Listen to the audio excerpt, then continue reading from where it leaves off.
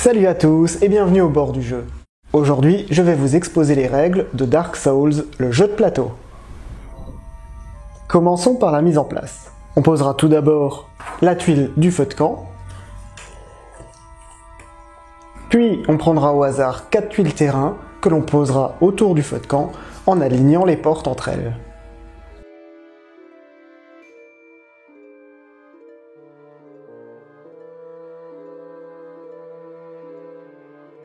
Face à la tuile la plus éloignée du feu de camp, on posera la tuile de combat de boss secondaire.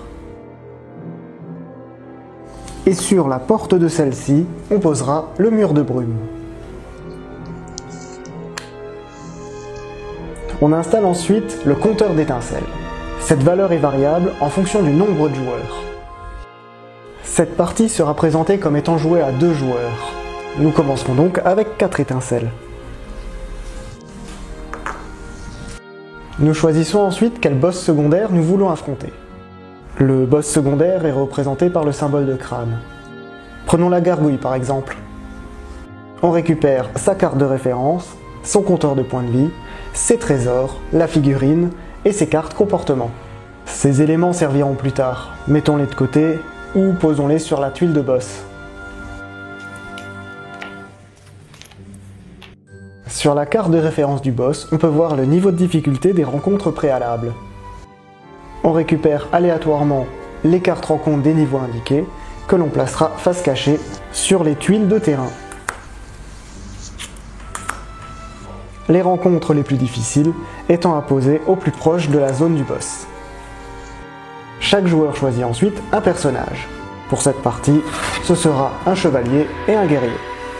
On récupère également l'équipement de départ de chaque personnage, qui est indiqué par leur icône. Et on leur donne également chacun leur jeton. On placera aussi les figurines respectives sur l'emplacement de la tuile du feu de camp. Il ne reste plus qu'à préparer le paquet de trésors.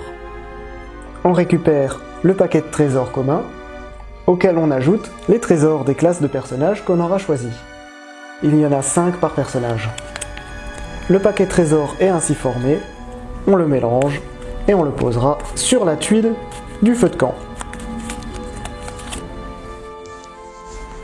Voyons maintenant un peu plus en détail quelques éléments du jeu, en commençant par les fiches de personnages. Sur la gauche est représenté l'inventaire du personnage, avec en bas au milieu son emplacement d'armure, à gauche et à droite, ses emplacements de main gauche et main droite.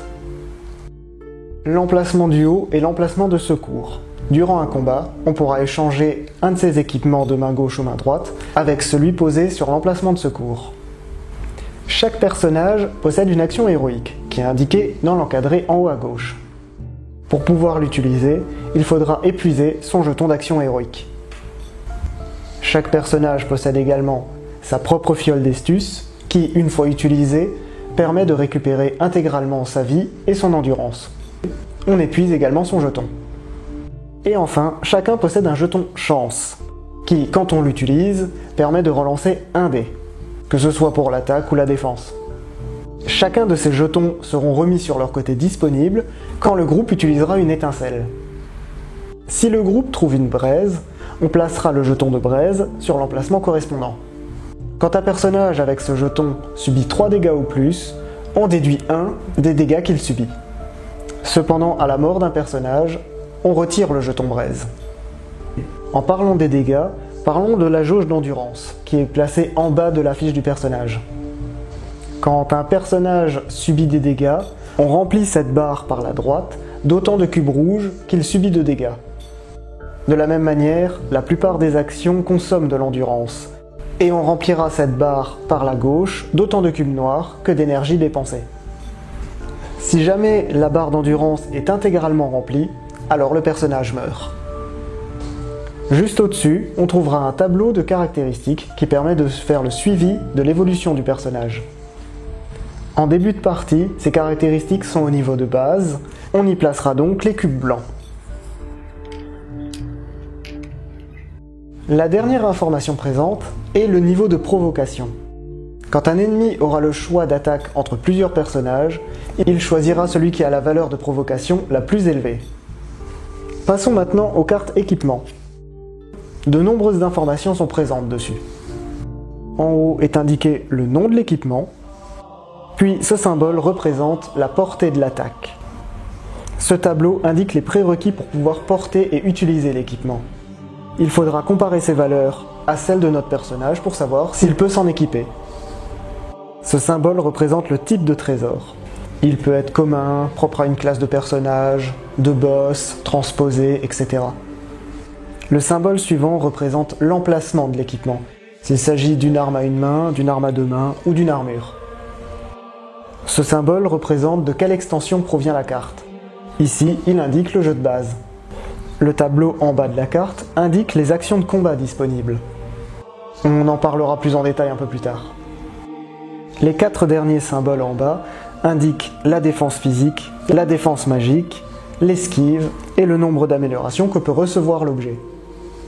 Concernant les cartes d'amélioration, le premier symbole indique s'il s'agit d'une amélioration d'armure ou d'arme. Le reste des indications est semblable aux autres cartes, si ce n'est le petit encadré en bas qui indique les effets de l'amélioration. Passons maintenant un peu au cœur du jeu et explorons ce donjon. On commence par choisir quelle tuile explorer.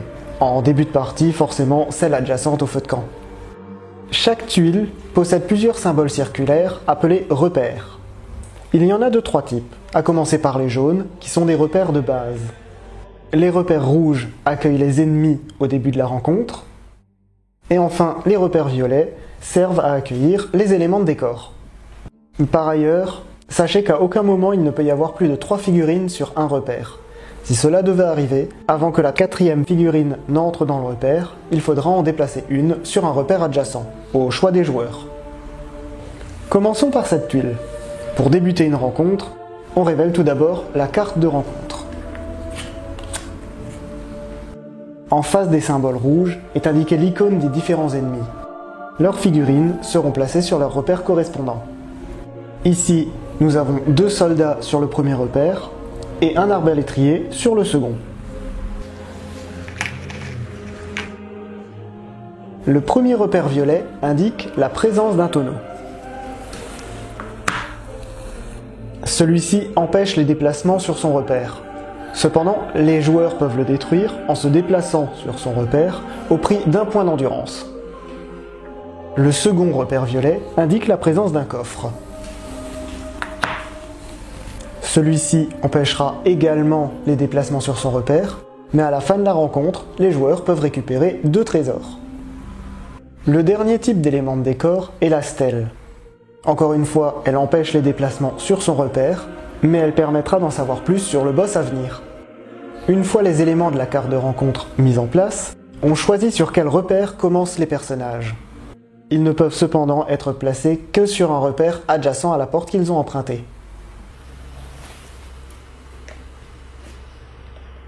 Le combat peut alors débuter. On commence par assigner le jeton aggro à un de nos personnages. Celui-ci attire généralement les attaques des ennemis. Et ici, on choisira le chevalier.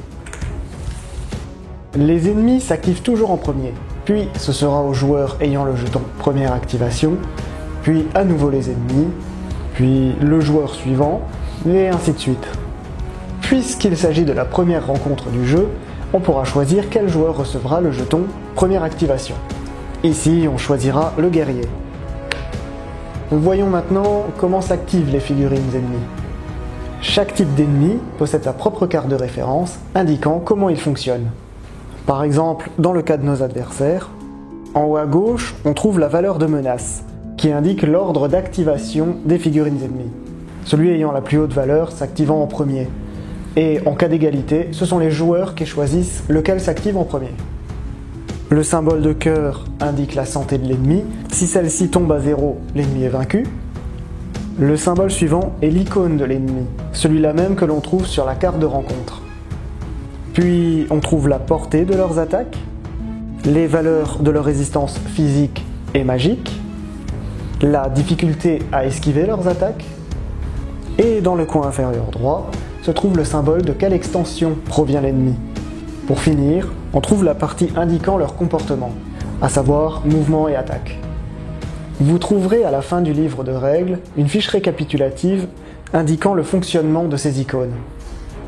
Bien, ayant la valeur la plus élevée, le soldat carcasse s'activera en premier.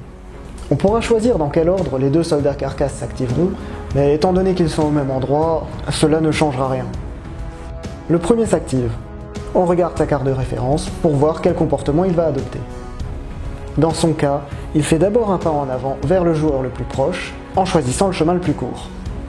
Quand un ennemi choisit une cible et qu'il y a une égalité, comme ici, ce sera le joueur ayant le jeton aggro qui sera ciblé.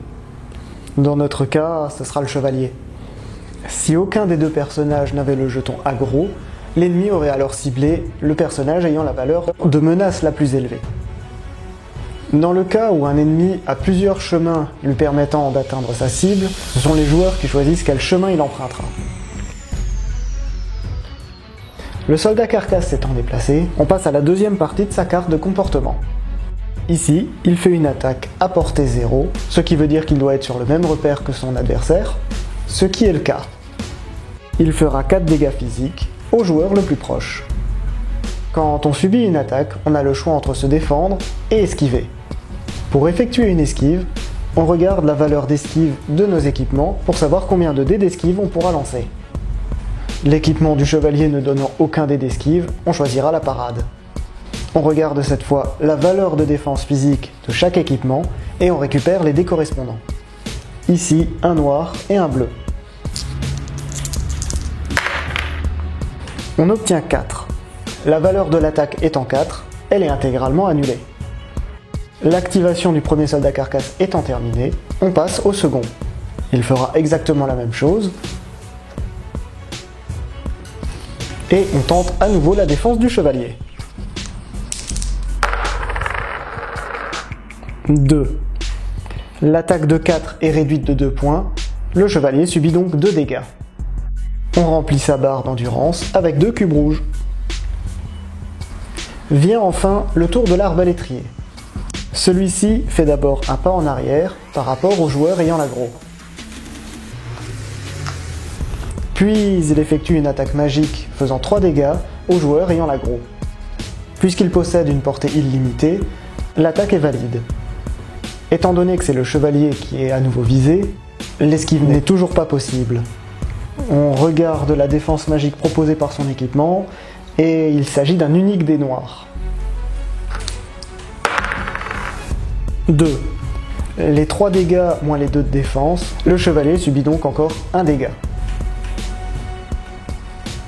Tous les ennemis ayant été maintenant activés, c'est au tour des joueurs, et plus précisément le guerrier. Quand un personnage s'active, il regagne tout d'abord 2 points d'endurance, les cubes noirs. Il récupère également le jeton aggro, et peut échanger un objet de l'emplacement de secours vers un emplacement de ses mains. Lors de son activation, un personnage peut effectuer 2 types d'actions, les déplacements et utiliser leur équipement.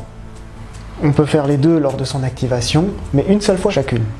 C'est-à-dire qu'on peut faire un déplacement et une attaque, ou une attaque et un déplacement.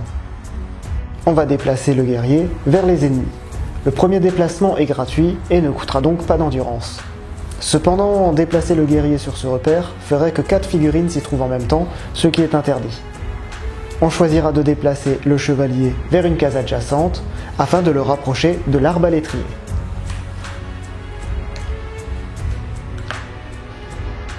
Maintenant, on va décider de l'attaque à effectuer. La hache du guerrier permet 2 options à ce sujet. Une première attaque coûtant 0 d'endurance et permettant de lancer 2 dés noirs, ou une attaque coûtant 2 d'endurance, permettant toujours de lancer 2 dés noirs, mais touchant tous les ennemis sur le repère. C'est cette deuxième option que l'on prendra.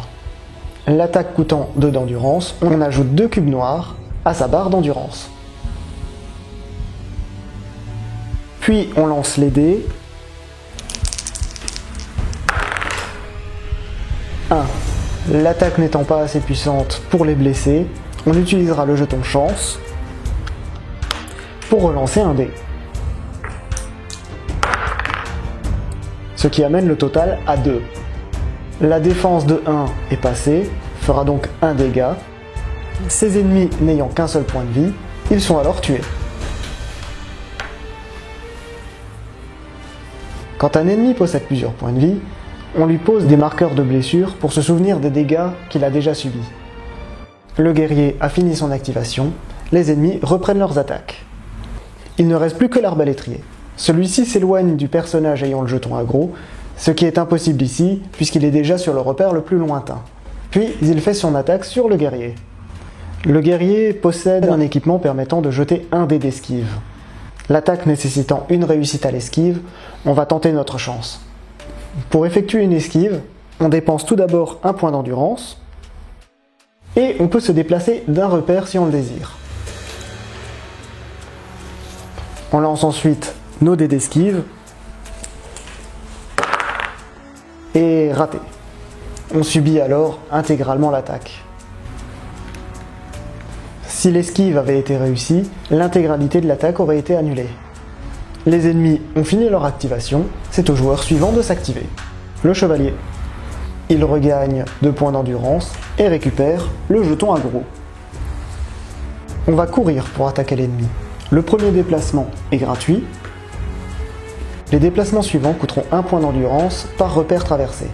Mais ici, il y a encore le tonneau qui gêne. Pour passer par son repère, il faut dépenser 1 point d'endurance supplémentaire. Ce qui fait qu'on va dépenser 3 points d'endurance au total.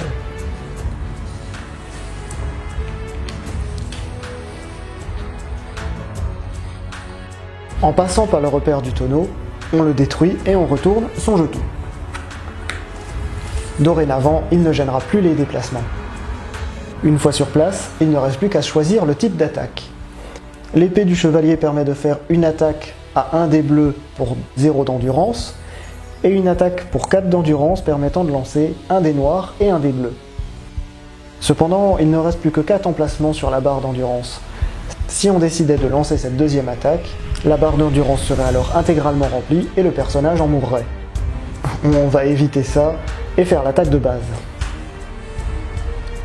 On récupère le dé bleu et 2. On compare ce résultat à la défense de la cible qui est de 1. Cet ennemi n'ayant qu'un point de vie, il succombe à l'attaque. Nous sommes victorieux. Le joueur qui aurait dû être le suivant récupère le jeton première activation et il jouera donc en premier à la prochaine rencontre. Quand on termine une rencontre, on retire également tous les cubes des barres d'endurance. À chaque rencontre victorieuse, on gagne également 2 âmes par joueur, donc ici 4, que l'on rangera sur la tuile du feu de camp. Ces âmes sont partagées entre tous les joueurs. Vu qu'il y avait un coffre dans cette zone, on peut l'ouvrir en retournant son jeton et en piochant 2 cartes trésors. Un bouclier et un fragment de titanite. Durant le moment entre 2 explorations de tuiles, on peut faire plusieurs choses. Améliorer son équipement avec les pièces adéquates, comme le fragment de titanite qu'on a trouvé un peu plus tôt par exemple. Malheureusement, aucune de nos armes ne peut être améliorée. Mais dans le cas d'une arme améliorable, on glisse la carte amélioration sous la carte équipement afin de faire dépasser son effet. Ici, avec une masse par exemple, le fragment de titanite fait plus 1 à la réussite. Le résultat de l'attaque de base serait donc 1 dé bleu plus 2 réussites. Mais attention cependant, une fois une amélioration d'arme installée, elle ne peut plus être retirée, contrairement aux améliorations d'armure qui, elles, peuvent être interchangées à l'infini. Durant ce laps de temps, on peut aussi améliorer nos personnages en faisant monter leurs caractéristiques de niveau. Pour passer du niveau de base au palier 1, il faudra dépenser 2 âmes. Pour passer du palier 1 au palier 2, il faudra en dépenser 4. Et pour passer du palier 2 au 3, il faudra en dépenser 8. Donc pour passer du palier de base au palier 3, c'est un total de 14 âmes qu'il faudra débourser. Nous avons précédemment trouvé un bouclier, qui nécessite au moins 15 en force pour pouvoir le porter. En échange de 2 âmes, on peut passer sa caractéristique de force du niveau de base au palier 1, afin qu'elle atteigne 21, et ainsi l'équiper d'un nouveau bouclier. On peut aussi dépenser une âme pour réactiver son jeton chance, et pour une âme également, on peut acheter un trésor, ce qui permet de piocher une carte dans le paquet des trésors. La dernière option est de se reposer au feu de camp, ce qui a plusieurs conséquences. Tout d'abord, il réactive tous les jetons de nos personnages, à savoir la fiole d'astuce, le jeton chance et l'action héroïque. Il faut également remettre toutes les cartes de rencontre face cachée, ce qui nécessitera de les affronter à nouveau. Mais cela réduira aussi le compteur d'étincelles de 1. C'est donc une action qui permet de se remettre en forme et de gagner plus d'âme en refaisant les combats précédents, mais qui diminue également le nombre d'échecs possibles. En effet, une défaite durant une rencontre entraîne les mêmes conséquences qu'un repos au feu de camp, sachant que si le groupe n'a plus d'étincelles, les joueurs ont perdu. Continuons l'exploration pour découvrir une nouvelle mécanique de jeu, les pièges.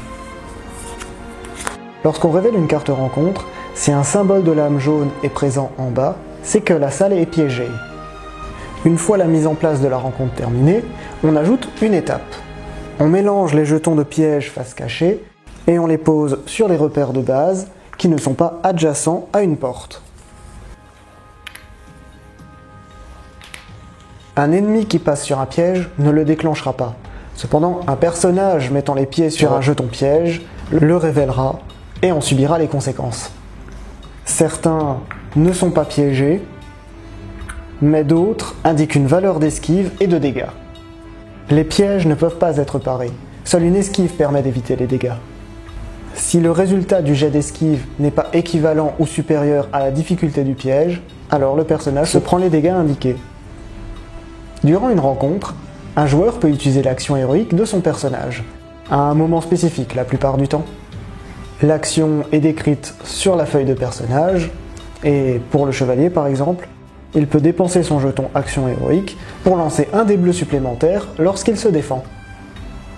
À n'importe quel moment durant l'activation d'un personnage, le joueur peut choisir d'utiliser sa fiole d'astuce.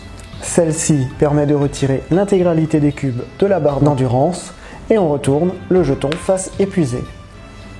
Si malgré tout ça, un personnage vient à mourir, alors il s'agit d'une défaite pour le groupe tout entier. À ce moment, on récupère les âmes inutilisées du groupe et on les pose sur le repère du personnage vaincu. Tous les personnages sont alors remis sur la tuile du feu de camp et on applique les effets d'un repos au feu de camp. C'est-à-dire que les jetons des personnages sont remis face disponible, les cartes rencontres sont remises face cachée, les pièges sont également remis face cachée, les figurines ennemies sont rangées, les tonneaux détruits sont réparés. Cependant, les coffres restent ouverts. Ils ne donnent leur trésor qu'une seule fois. Enfin, on réduit de 1 le compteur d'étincelles. Les âmes laissées sur le repère peuvent être récupérées en marchant sur le dit repère. Cependant, si les joueurs meurent avant de les récupérer, celles-ci seront perdues pour de bon. Quand les joueurs arrivent finalement face au mur de brume, ils peuvent choisir de le traverser pour affronter le boss ou d'explorer les tuiles restantes. Admettons que le moment soit venu de l'affronter. Voyons en détail la carte de référence du boss, qui ressemble un peu aux autres cartes de référence de monstres. Tout d'abord son niveau de menace, ses points de vie, le symbole de type de boss, à savoir principal ou secondaire, ici secondaire, les valeurs de résistance physique et magique, la taille du paquet de cartes, comportement, ainsi que le point d'intensification du boss. Encore une fois, on trouve le symbole pour savoir de quelle extension provient le boss. La menace, la santé et les résistances fonctionnent comme pour les monstres classiques, à ceci près qu'il y a un compteur pour la vie du boss. La taille du paquet comportement indique le nombre de cartes de comportement que le boss utilisera. Le point d'intensification est atteint quand les points de vie du boss sont inférieurs ou égaux à cette valeur. Pour démarrer la rencontre avec le boss, on commence par séparer les cartes de comportement standard des cartes de comportement d'intensification. On mélange les cartes de comportement, puis on pioche le nombre de cartes de comportement standard indiquées sur la carte de référence, ici 4. Pour chaque stèle présente sur une tuile avec une carte de rencontre face visible, on peut regarder une carte du comportement de boss. Ici, 1. On prend donc connaissance d'une carte de comportement, puis on les mélange et on les laisse face cachée afin d'en former une pioche.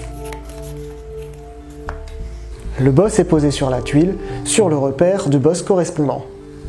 Il fera face aux personnages.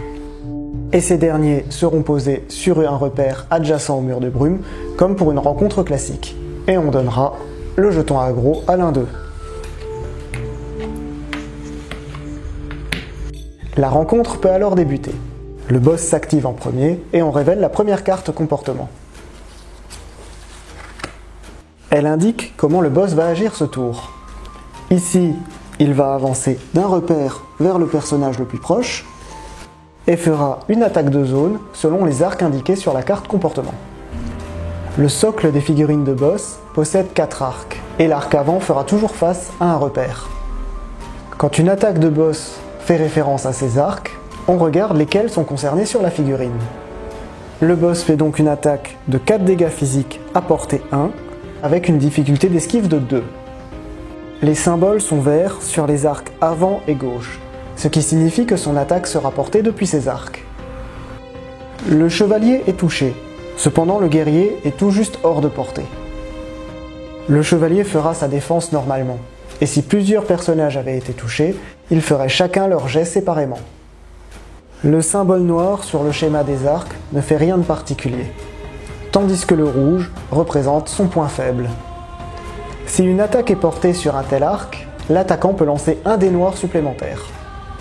Une fois la carte de comportement résolue, c'est au tour du joueur ayant le jeton première activation. Ici, le chevalier. On fait un premier mouvement gratuit. On se retrouve maintenant face à l'arc avant et gauche du boss. Pour le prochain mouvement, on pourra choisir sur quel arc se diriger. Ici, l'arc gauche. Étant donné qu'il s'agit du deuxième mouvement, cela coûtera un point d'endurance. On sait que durant ce tour, l'arc arrière du boss sera faible. On dépensera donc un point d'endurance pour se déplacer vers un autre arc adjacent au boss, ici l'arrière. Les attaques contre les boss se font normalement. Cependant, on veillera à ne pas oublier d'ajouter un dé noir lorsqu'on effectue une attaque dans le point faible du boss. Les dégâts qu'il subit seront déduits du compteur de points de vie du boss. Le joueur ayant fini son activation, c'est à nouveau au tour du boss. On révèle la carte de comportement suivante que l'on pose par-dessus la précédente. Puis on la résout. Et une fois ceci fait, ce sera au joueur suivant, et ainsi de suite. Quand le boss aura vidé son paquet de comportement, on retournera les cartes face cachée sans les mélanger. Le boss recommencera ainsi le même comportement qu'en début d'affrontement. Quand les joueurs auront réussi à baisser les points de vie du boss à son point d'intensification ou en dessous, on piochera au hasard une carte de comportement d'intensification qu'on ajoutera aux cartes standards. On les mélangera alors à nouveau. Dorénavant, le comportement du boss aura changé et possède une nouvelle attaque plus puissante que les précédentes. Certains boss peuvent fonctionner différemment ou obtenir une capacité une fois intensifiée. Et si c'est le cas, cela est décrit sur la carte référence du boss en question.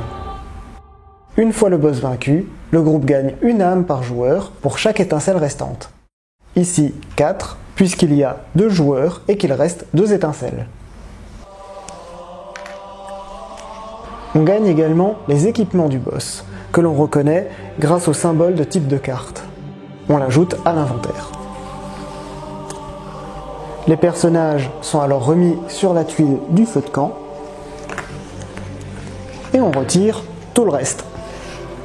Puis on remet en place les tuiles d'exploration en les tirant à nouveau au hasard afin de générer la seconde partie du donjon.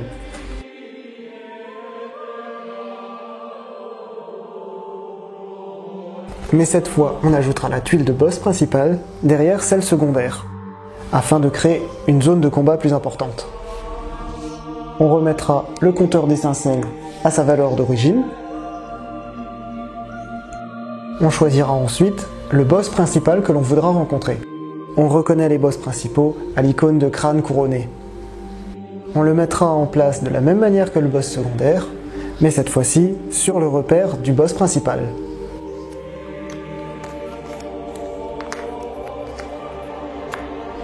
Les nouvelles cartes rencontres sont placées en fonction du boss. Et enfin, le paquet trésor est modifié. Les cartes de trésor légendaires et transposées que l'on avait laissées de côté en début de partie vont maintenant être ajoutées. On pioche 5 cartes transposées sur les 10 que l'on ajoutera à la pile de trésors. Les cartes de trésor légendaires sont ajoutées en fonction des personnages joueurs. On ajoute toutes les cartes de chaque classe jouée. On reconnaît les cartes transposées grâce au point orange sur leur type et les légendaires par le point bleu sur le symbole de classe de personnage.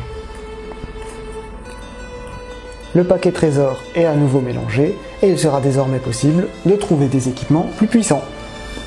Maintenant, le groupe va devoir à nouveau se frayer un chemin jusqu'au boss principal et le vaincre. Quand le boss principal sera vaincu, les joueurs auront gagné, mettant ainsi fin à la partie. Bien que les boss principaux aient également des équipements, ils ne seront pas utilisés durant des parties classiques. Mais durant une campagne, il est possible que le jeu continue après un tel boss, rendant utiles ces équipements. Sachez que plusieurs extensions sont prévues pour le jeu, afin de varier les plaisirs et de prolonger les parties, ou de jouer sur la corde sensible des fans de jeux vidéo.